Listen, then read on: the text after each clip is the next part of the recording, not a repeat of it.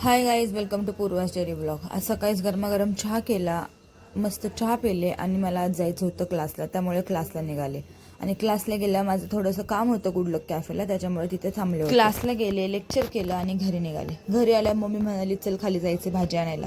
परत मम्मीसोबत गेले, भाजी घेऊन आले आणि येता येता मस्त पाणीपुरी खाऊन आले. आणि आज आम्हाला फिश बनवायचे होते म्हणून मी आणि मम्मी गेलो होतो फिश आणायला.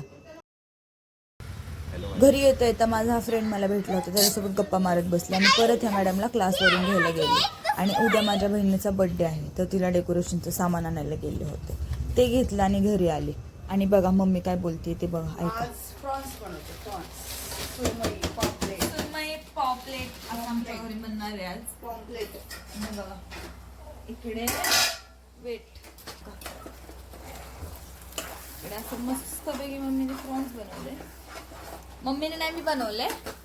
आणि इकडे आता मम्मी फिश तळणार आहे ना मम्मी. हा,